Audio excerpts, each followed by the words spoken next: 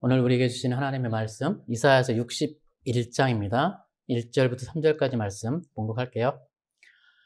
주님께서 나에게 기름을 부으시니 주 하나님의 영이 나에게 임하셨다. 주님께서 나를 보내셔서 가난한 사람들에게 기쁜 소식을 전하고 상한 마음을 싸매어 주고 포로에게 자유를 선포하고 갇힌 사람에게 석방을 선언하고 주님의 은혜의 해와 우리 하나님의 보복의 날을 선언하고 모든 슬퍼하는 사람들을 위로하게 하셨다.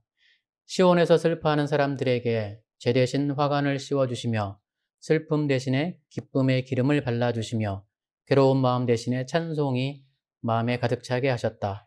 그리하여 사람들은 그들을 가리켜 의의 나무, 주님께서 스스로 영광을 나타내시려고 손수 심으신 나무라고 부른다. 살아계신 하나님의 말씀입니다.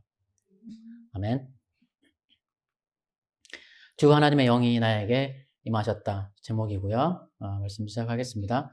제3 이사야가 들어갔어요, 벌써. 56장부터 66장까지 들어갔고요. 제2 이사야와 다른 점은 이제 바벨론 포로기가 끝나고 예루살렘으로 돌아온 교황 공동체에게 주시는 말씀이에요. 그래서 바벨론 포로기 40장부터 55장까지는 제사에 관한 얘기, 안식일에 관한 얘기가 잘 안 나오는데 이 56장부터 안식일 규정, 우상숭배, 죄례 의식에 관해서 말씀이 많이 나와요. 예루살렘에 들어와서 이제 예루살렘 성전을 재건하려고 하고, 그리고 이제 바벨론 포로기 잡혀가기 이전에 이스라엘을 회복하려고 하는 공동체에게 주시는 말씀이죠. 제2 이사야는 하나님 베푸실 공의 구원을 얘기하면서 바벨론에서 속히 나오라고 계속 그랬었죠. 여기부터는 이제 그 얘기는 없고 공평과 공의, 정의와 공의, 이런 사회를 만들려고 찾고 촉구하면서 이를 행하라고 얘기를 해요. 그러니까 56장부터 66장 사이에. 근데 이때 돌아온 사람들의 삶은 어땠냐면 제2이사야 말씀 혹시 기억하세요? 오면 하나님이 다 회복시켜 주실 것이고 시온은 회복될 것이고 광야에 길을 내고 사막에 물을 내시며 하나님이 축복을 해주시겠다. 너희들은 포도주와 젖을 어떻게 사라고요? 값없이 살아. 내가 주겠다 하셨어요. 그래서 왔는데 와보니 포도주와 젖은커녕 아무것도 없는 거예요. 함락한 예루살렘, 폐허가 된 예루살렘 그대로 있고 삶은 조금도 나아지지 않는, 그래서 하나님이 아주 영광스럽고 엄청난 약속의 말씀에 대한 기대를 품고 왔는데, 그래서 왔는데 지금의 현실은 너무 그 약속하고는 거리감은 당혹스러움, 당황스러움, 고통, 그리고 그 고통 가운데 부르짖음들이 나오는 거예요. 우리가 생각해도 이상하잖아요. 우리 제2이사야 할 때 쭉 봤잖아요. 하나님께서 얼마나큼 엄청난 구원과 회복의 약속의 말씀들을 해주셨는지. 그래서 이스라엘 사람들은, 다른 말로 하면 시온은, 예루살렘은 하나님의 구원의 때를 아직도 기다리고 있어요. 그래서 하나님의 도시가, 예루살렘이 회복될 그 영광의 날을 아직도 계속 기다리고 있는데 그 오심이 너무 지체되는 거예요. 안 오는 거죠, 아예. 그러니까 체념하고 하나님을 떠나기 시작해요. 믿음이 사라지기 시작해요. 예루살렘에 돌아오면 70년 만에 내가 꿈에 그리던, 그러니까 어떻게 보면 우리 조상들이 살았던, 꿈에 그리던 예루살렘으로 돌아오면 뭔가 좋은 일이 있을 것 같았는데 전혀 그런 일이 일어나지 않고, 공의는커녕 불의를 향하는 사람들이 여전히 횡행하고, 그리고 착하고 성실하게 사는 사람들은 길거리에 쓰러지고 다치고 죽임을 당하는 일들이 아직도 벌어지고 있는 거죠. 그래서 물어보는 겁니다. 주님께서 보시지도 않는데, 하나님께서 아예 우리를 안 보시는 것 같아요. 우리가 무엇 때문에 금식을 합니까? 금식 기도해도 안 들어주신다는 거예요. 주님이 알아주시지도 않는데 우리가 무엇 때문에 고행을 하겠습니까? 하나님의 말씀을 지키려고 노력하는데도 이게 전혀 변화가 안 일어나니까 우리가 왜 이 짓을 계속 하겠습니까? 이런 거죠. 60장 뒤로 가면 이제 스스로 진단하는 거예요. 하나님께서는 정의를 기쁨으로 실천하는 사람과 주님의 길을 따르는 사람과 주님을 기억하는 사람들을 만나 주십니다. 그러나 주님 보십시오. 주님께서 진노하신 것은 우리가 오랫동안 죄를 지었기 때문입니다. 그러니까 바벨론 포로로 갔다 왔으면 이 삶이 새로워져야 되는 거예요. 하나님 말씀은 정의와 공의가 이루어지는 삶이 되어야 되는데, 그랬으면 바벨론 포로기 때 받은 제2사에 선포된 구원의 말씀들이 이루어졌을 텐데 돌아와서의 삶이 전혀 바뀌지 않은 거예요. 여전히 포로로 잡혀가기 전에 삶의 그 죄악된 모습, 우상숭배의 모습, 악한 자들이 득세하고 공의는 사라지고 힘없고 가난한 사람은 여전히 핍박받는 사회가 계속 돌아와서도 이루어진 거예요. 그러니까 하나님의 구원이 안 나타나는 거죠. 여전히. 거죠. 그래서 제4이사에서는 하나님의 공의를 이루지 못한 자신들의 죄를 다시 깨달아요. 깨닫고 죄악을 뉘우치면서 하나님이 긍휼을 베풀어 주시고 자신들을 다시 구원해 달라고 기도합니다. 그리고 지금 체념하고 믿음을 잃어가는 사람들한테 예언자가 계속 그 얘기하는 거예요.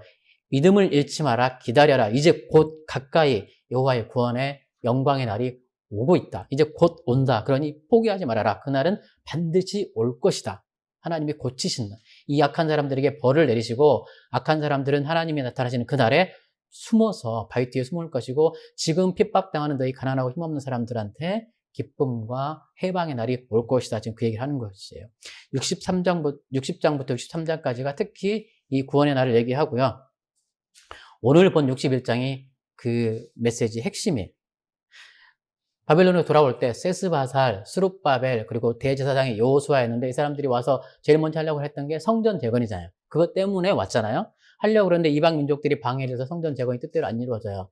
18년 동안이나 아무 진척이 없이 그냥 시간만 보내게 되고 사람들이 이제 낙담하는 거죠. 538년에 첫 포로 기환이 이루어졌고 지금 이때가 520년인데 18년이 지났는데 페르시아 왕 다리우스 2세가 학계를 통해서 다시금 그러니까 그 다리우스 2년 때 학계가 성전을 제거하자 선포를 하고 다시금 매진해 성전 재건에.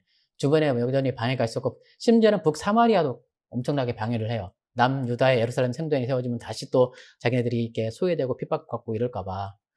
근데 어쨌든 학계가 와서 성전 재건을 시작을 하고 516년에 완성이 돼요. 제2성전. 이때부터 제2성전기라고 한다고 그랬죠. 그러니까 20 몇 년 만에 성전이 겨우 완성이 된 거죠. 근데 성전이 완성되어 가는 과정에 굉장히 고생을 많이 해요. 이스라엘 사람들이. 학계에 보면 이런 말이 있어요. 너희 때문에, 너희들의 죄, 악한 사람들 때문에 하늘은 이슬을 그치고 땅은 소초를 그쳤다. 내가 땅 위에 가뭄을 들게 하겠다. 반대잖아요. 원래 사막에도 샘을, 강을 내겠다고 하나님 약속하셨는데 오히려 예루살렘에 가뭄이 들은 거에 맞는데 산 위에도 곡물과 새 포도주와 기름 위에도 밭에서 나는 모든 것에도 사람과 짐승 위에도 너희가 애써서 기르는 온갖 것 위에도 가뭄이 들게 하겠다. 완전 반대의 말씀이죠. 왜 그러냐면 그 악함 때문에 돌아와서도 여전히 하나님의 뜻을 따르지 못하는 그 이스라엘 사람이 그래요. 그러니까 얼마나 고생을 많이 하고 성전을 건축한다는 건 기본적으로 상당한 인력과 재정이 들어가는 일인데 당장 지금 끼니도 해결하지 못하는 그런 사람들이 그 어려운 시간들을 보내고 있었던 거죠. 물질적 어려움만 있었던 것이 아니라 시간이 언제 올지, 하나님의 구원의 시간이 언제 올지 그 희망이 점점점 희미해져 가면서 이제 끝났구나. 우리가 들었던 모든 말은 다 헛것이었어. 하나님의 구원은 오지 않아. 예루살렘은 이대로 끝났구나 하는. 심지어는 바벨론 포로에서 돌아온 지 100년이 지난 다음에요. 그때 페르시아 수산궁에 누가 살고 있었냐면 느헤미야가 거기 있었어요. 예루살렘에서 한 사람이 유대인이 와서 느헤미야한테 하는 말이요. 사로잡혀 오지 않고 예루살렘에 남아있던 사람들은 거기에서 고생이 아주 심합니다. 업신여금을 받습니다. 성벽은 허물어지고 성문들은 다 불에 탔습니다. 이때까지도 예루살렘 성이 회복되지 않은 거예요. 그러니까 이렇게 구원이 지체되고 있는 거죠. 사람들이 생각했던 그 임박했던 구원이 금방 오지 않았던 거죠. 그러면서 이 예언자는 뭐라고 하냐면 너희가 제사를 열심히 드리는 이 제의에 몰두하고 우리가 지금 우리말로 하면 예배를 열심히 드리고 매 주일마다 하나님의 법, 하나님의 뜻 얘기하면서 뭔 일만 있으면 오 주여 이렇게 얘기했었죠. 우리 입에다가 주여 주여 오 주님 입에 달고 사는 사람들, 뭐만 하면 하나님이 다 하셨어요 하는 사람들, 이스라엘 사람들이 실제로는 그렇게 했는데 사실은 정의와 공의의 삶을 살지 않았다는 거죠. 그러면서 이렇게 합니다. 아까 했던 말씀이에요. 주님께서 보시지도 않는데 우리가 무엇 때문에 금식을 합니까? 주님께서 알아주시다는데 우리가 무엇 때문에 고용을 하겠습니까? 이렇게 따지는 거예요. 하나님이 지금 얘기하시는 거예요. 너희들이 금식하는 날 너희 자신의 향락만을 찾고 일꾼들에게는 무리하게 일을 시킨다. 너희가 다투고 싸우면서 금식을 하는구나. 이렇게 못된 주먹질이나 하려고 금식을 하느냐. 너희의 목소리를 저 높은 곳에 들리게 할 생각이 있다면 이런 금식은 하지 마라.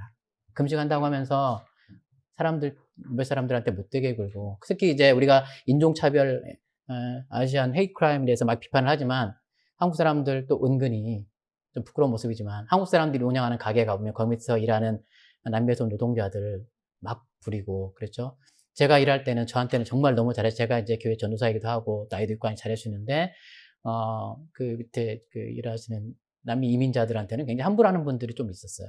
그러니까 우리가 이렇게 주중에 하면서 주일날 와서 금식 고난주간이라고 금식하고 주일날 예배 드린다고 해서 우리 기도를 하나님 들어주시겠느냐, 이걸 고치라고 하는 거죠. 일꾼들에게 무리하게 일을 시킨다고 말씀하시잖아요. 못된 주먹질이나 하면서 금식을 하느냐, 이렇게 말씀하십니다. 그러면서 하나님이 기뻐하시는 금식을 58장에 계속 얘기해줘요. 부당한 결박을 풀어주는 것, 멍에의 줄을 끌어주는 것, 압제받는 사람을 놓아주는 것, 모든 멍에를 꺾어버리는 것, 이게 참 금식이라고 하는 거죠. 굶주린 사람에게 먹거리를 나누어 주는 것, 떠도는 불쌍한 사람들을 집에 맞아들이는 것, 헐벗은 사람들을 보았을 때 옷을 입혀주는 것, 너의 골육을 피하여 숨지 않는 것.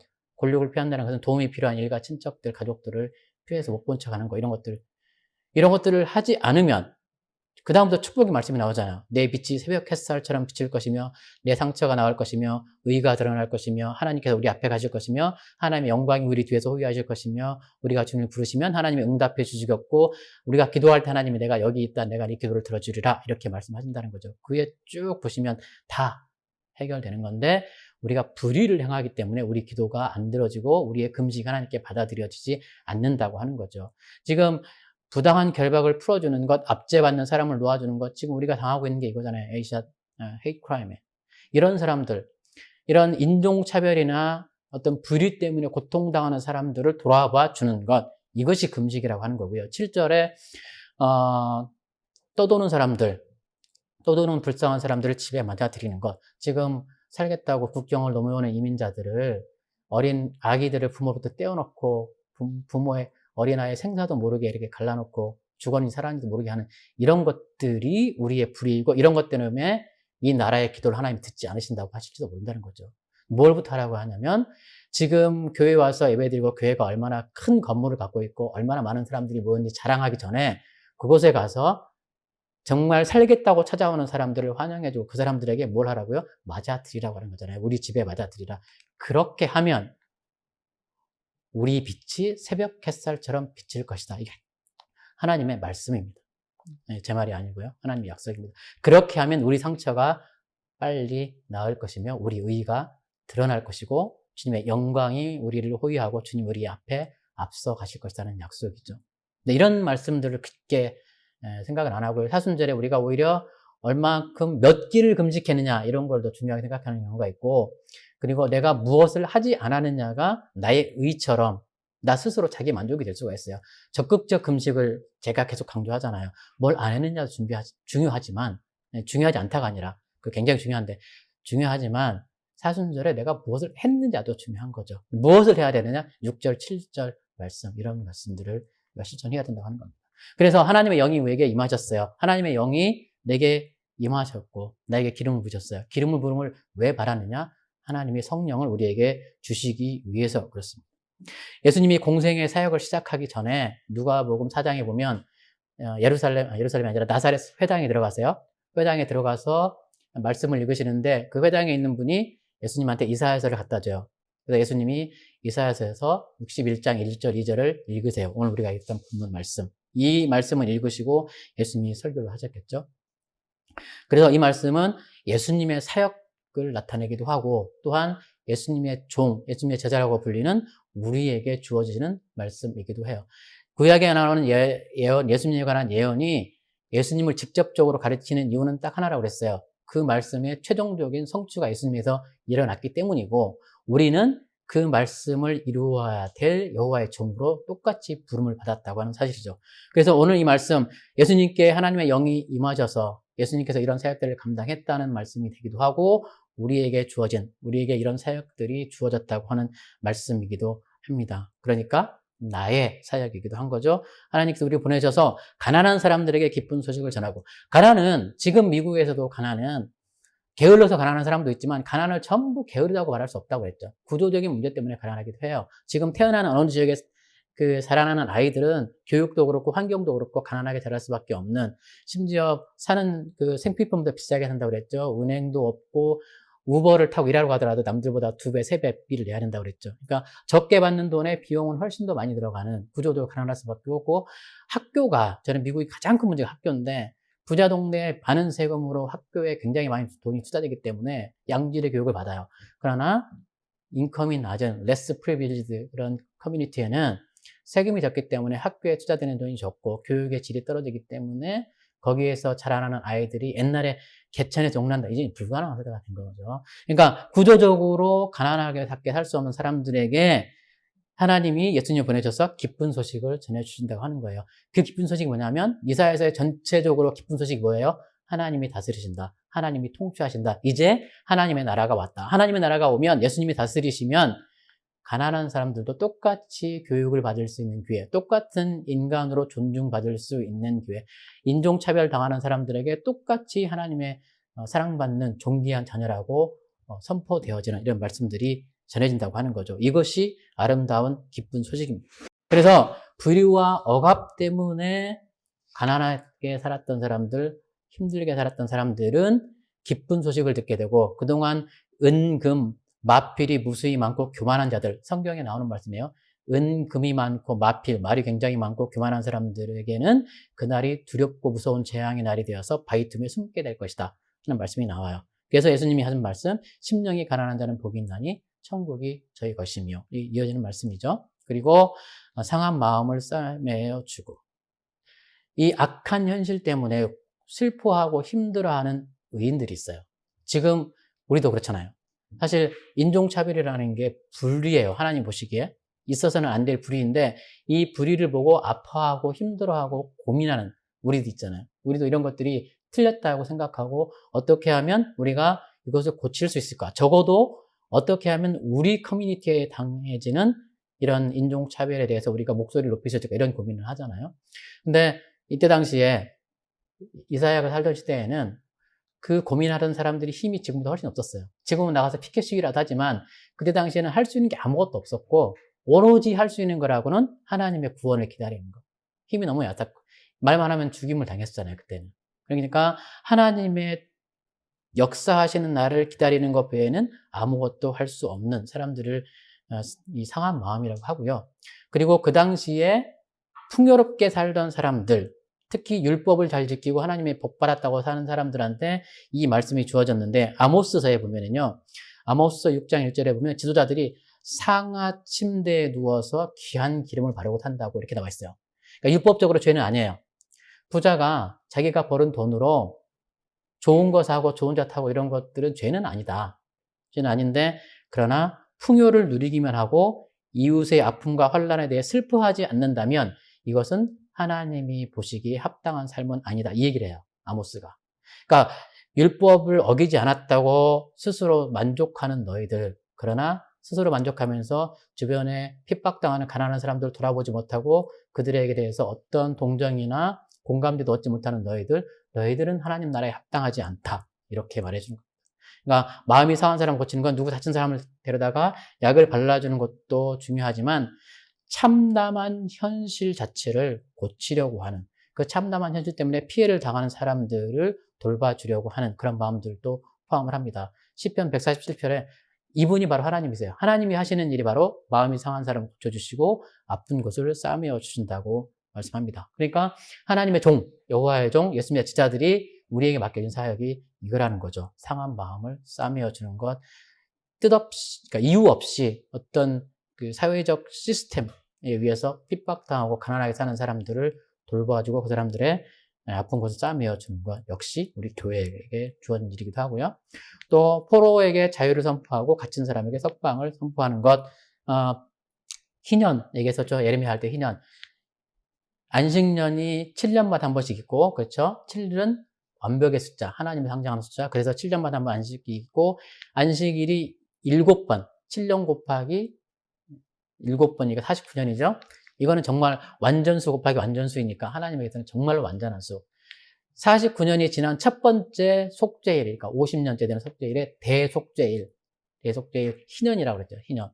그래서 노예들도 다 석방시켜주고, 그 다음에 가난해서 자기 땅을 팔았던 사람들 원주인에게 땅을 다 돌려주고 하나님이 다 이 모든 사람과 세상의 주인이라는 것을 다시 한번 확인시키고 모든 하나님의 백성들은 다 자유롭게 하나님이 가나안 땅에 들어갈 때 주셨던 자기 땅과 자기 재산을 가질 권리를 갖고 자유인으로 살아갈 수 있는 제도를 만들어 주었다고 그랬죠.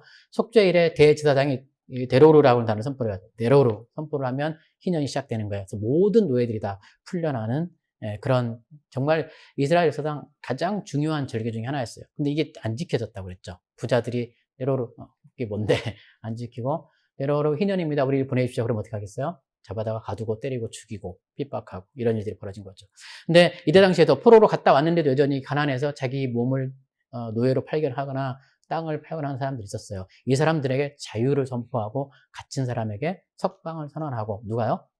여호와의 기름 부음 받은 종이. 예수님이 궁극적으로 영적인 사슬까지도 풀어서 우리를 해방하셨지만 이사야 이때 당시에는 가난하게 팔려간 사람들 역시 우리도 역시 이런 사명이 주어졌다고 하는 것. 다시는 노예로 남에게 속박되어 살지 않도록 자유인으로 부름받았다고 하는 사실을 좀 일깨워주고요. 그리고 주님의 은혜의 해와 우리 하나님의 보복의 날. 은혜의 해는 하나님께서 베푸실 놀라운 구원의 날.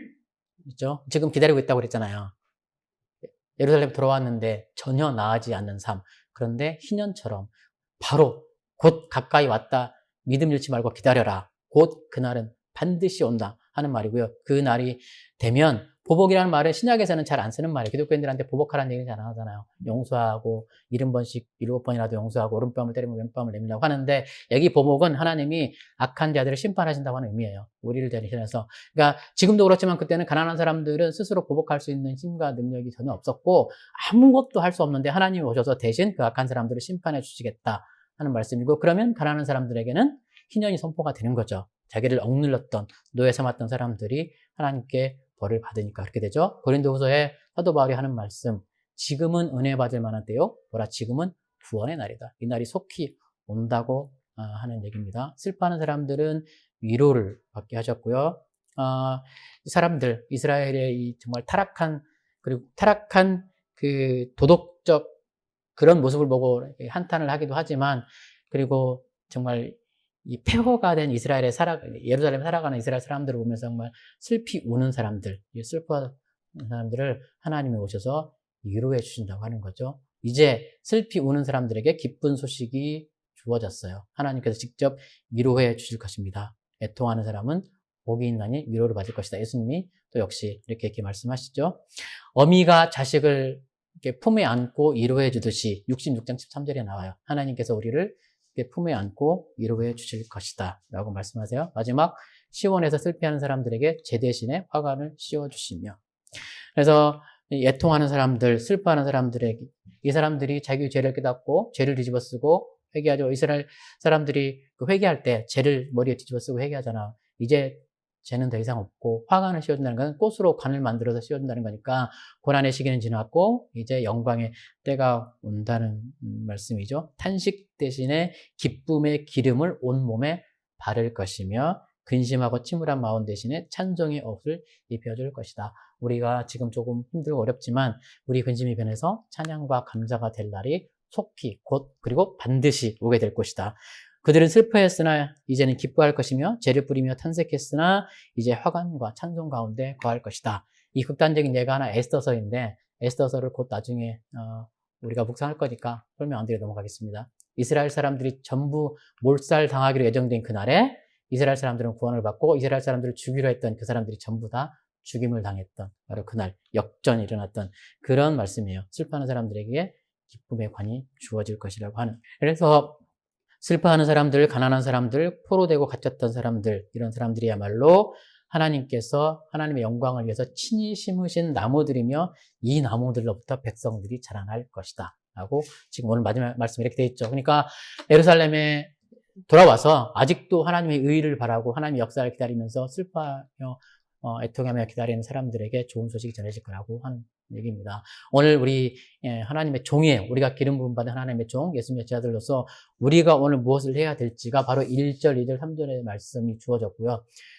이 불의한 세상 때문에 마음 아파하고 슬퍼하고 하나님의 공의가 이루어지길 기도하고 그리고 정말 힘없고 억울한 사람들이 죽어가고 다치고 상처받고 할 때마다 우리가 같이 울어주고 아파하고 이럴 때마다 하나님 우리에게 주시는 말씀 이 일이 오래가지 않을 것이며 하나님 오셔서 반드시 이 불의한 시스템을 고쳐줄 것이고 이 가운데 슬퍼하면서 하나님의 역사, 하나님의 구원의 날을 기다리는 사람들에게 기쁨의 날이 오게 될 것이다 하고 하는 말씀이세요.